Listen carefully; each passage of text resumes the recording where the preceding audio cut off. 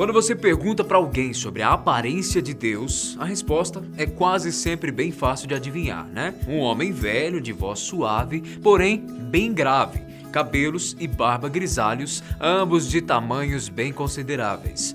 Um semblante calmo, mas firme, de aspecto bem sério. É uma crença disseminada e baseada na maioria dos cristãos por todo o mundo e até nos não cristãos. Aprofundando um pouco mais, é uma cultura totalmente ocidental mesmo acreditar que ele seja assim. Em geral, as representações são formuladas para parecer os europeus, brancos e com aspecto de homem sério. Até em produções audiovisuais, a representação se dá dessa mesma maneira, exceto no filme Todo-Poderoso, onde Morgan Freeman, um homem negro, o interpretou. O mesmo roteiro acontece quando se fala de Jesus, um homem de aparência tranquila, branco, com madeixas longas e barbado, algo novamente bem parecido com o europeu. Mas, se você sabe bem a região onde ele nasceu, lá no Oriente Médio, sabe que o homem comum daquela área não bate com nenhuma dessas características. Inclusive, se difere muito do fenótipo específico europeu que você vê sempre nas imagens. Por isso,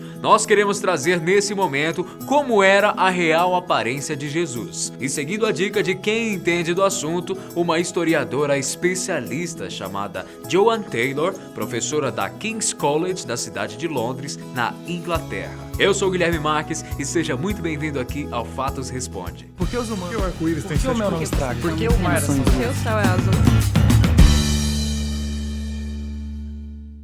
E para você saber a resposta aqui, pode esquecer o estereótipo que a gente falou, o de que Jesus era branco com o cabelo grande e tudo mais. Essa é uma versão estilizada do Filho de Deus que não parece ser nem um pouco fiel à real aparência dele. O primeiro baque que se leva acontece quando a historiadora afirma que ele era realmente um homem baixinho, com cerca de 1,5 metro apenas. Essa parte se embasa nos estudos realizados naquela área entre a Palestina e o Egito, lugar de seu nascimento. A média dos corpos dos habitantes estudados naquela área revela que o tamanho de seus habitantes realmente não era tão incrível assim. Para se ter uma comparação, a média de altura do brasileiro é de 1,73 m.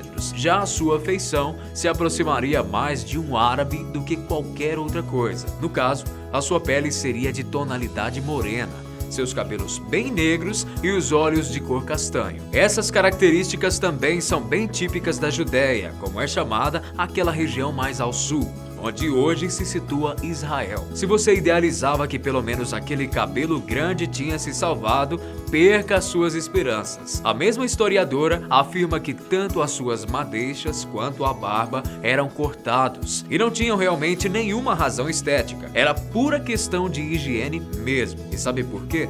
Para se ver livre dos piolhos. O bichinho era praticamente uma praga naquela época da história. O cabelo grande talvez não fosse uma boa opção para poder lidar com eles. Lembra daquela túnica que ele vestia? Uma espécie de bata branca que cobria o seu corpo de cima a baixo?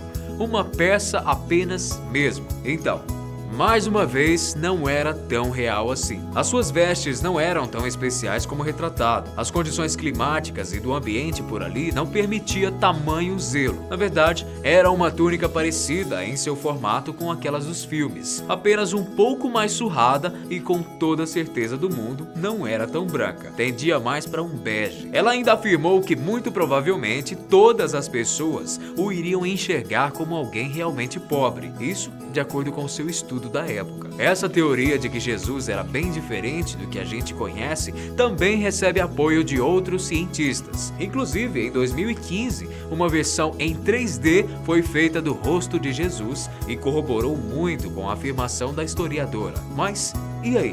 Se surpreendeu com essa descoberta? Ou você já desconfiava que Jesus não era daquele jeito dos filmes? De qualquer maneira, fale conosco aqui embaixo pelos comentários. Estamos esperando a sua resposta, tá bom? Grande abraço pra você e a gente se encontra no próximo Fatos Responde.